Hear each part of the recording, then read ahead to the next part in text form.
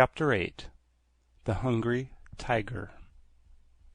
The first thing Dorothy did was to rush into the embrace of the Scarecrow, whose painted face beamed with delight as he pressed her form to his straw-padded bosom.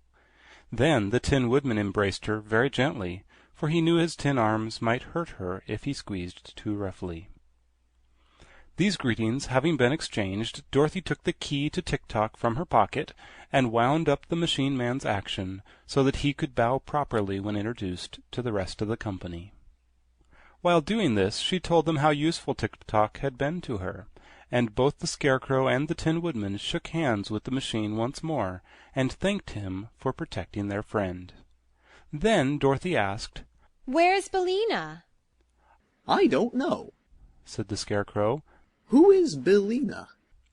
"She's a yellow hen who is another friend of mine," answered the girl anxiously. "I wonder what has become of her." "She is in the chicken house in the backyard," said the Princess. "My drawing room is no place for hens." Without waiting to hear more, Dorothy ran to get Billina, and just outside the door she came upon the Cowardly Lion, still hitched to the chariot beside the great tiger. The Cowardly Lion had a big bow of blue ribbon fastened to the long hair between his ears, and the tiger wore a bow of red ribbon on his tail just in front of the bushy end. In an instant Dorothy was hugging the huge lion joyfully. "I'm so glad to see you again," she cried. "I am also glad to see you, Dorothy," said the lion. "We've had some fine adventures together, haven't we?" "Yes, indeed," she replied. "How are you?" "As cowardly as ever," the beast answered in a meek voice. "Every little thing scares me and makes my heart beat fast. But let me introduce you to a new friend of mine, the Hungry Tiger." "Oh, are you hungry?" she asked, turning to the other beast, who was just then yawning so widely that he displayed 2 rows of terrible teeth and a mouth big enough to startle anyone. "Dreadfully hungry," answered the tiger, snapping his jaws together with a fierce click. "Then why don't you eat something?" she asked. "I've tried that," said the tiger sadly, "but I always get hungry again." "Why, it is the same with me," said Dorothy. "Yet I keep on eating."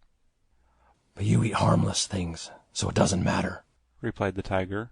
"For my part, I'm a savage beast, and I have an appetite for all sorts of poor little living creatures, from a chipmunk to fat babies." "How dreadful!" said Dorothy. "Isn't it, though?" returned the Hungry Lion, licking his lips with his long red tongue. "Fat babies. Don't they sound delicious?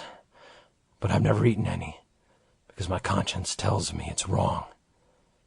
If I had no conscience, I would probably eat the babies and then get hungry again, which would mean that I had sacrificed the poor babies for nothing. No, hungry I was born, and hungry I shall die. But I'll not have any cruel deeds on my conscience to be sorry for." "I think you are a very good tiger," said Dorothy, patting the huge head of the beast. "In that you are mistaken," was the reply. "I am a good beast, perhaps, but a dreadfully bad tiger, for it is the nature of tigers to be cruel and ferocious, and in refusing to eat harmless living creatures, I'm acting as no good tiger has ever before acted. That is why I left the forest and joined my friend the Cowardly Lion." "But the lion is not really cowardly," said Dorothy. "I have seen him act as bravely as can be." "All a mistake, my dear," protested the lion gravely.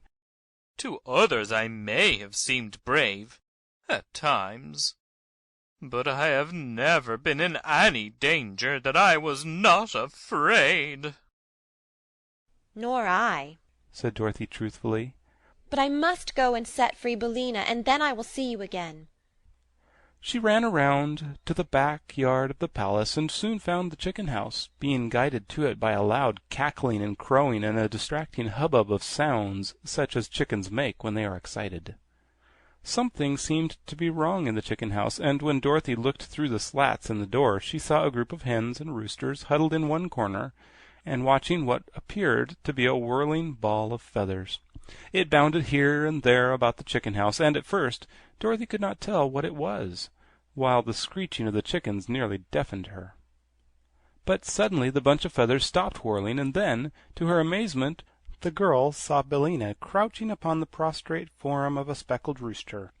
For an instant they both remained motionless, and then the yellow hen shook her wings to settle the feathers, and walked toward the door with a strut of proud defiance and a cluck of victory, while the speckled rooster limped away to the group of other chickens, trailing his crumpled plumage in the dust as he went. "Why, Billina!" cried Dorothy in a shocked voice. "Have you been fighting?" "I really think I have. retorted Billina. Do you think I'd let that speckled villain of a rooster lord it over me and claim to run his chicken house as long as I'm able to peck and scratch? Not if my name is Bill." "It isn't Bill, it's Billina, and you're talking slang, which is very undignified," said Dorothy reprovingly. "Come here, Billina, and I'll let you out, for Ozma of Oz is here and has set us free." So the yellow hen came to the door, which Dorothy unlatched for her to pass through, and the other chickens silently watched them from their corner without offering to approach nearer. The girl lifted her friend in her arms and exclaimed, "Oh, Billina, how dreadful you look!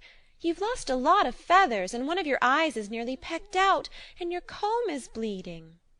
"That's nothing," said Billina. "Just look at the speckled rooster. Didn't I do him up brown, because—" Dorothy shook her head.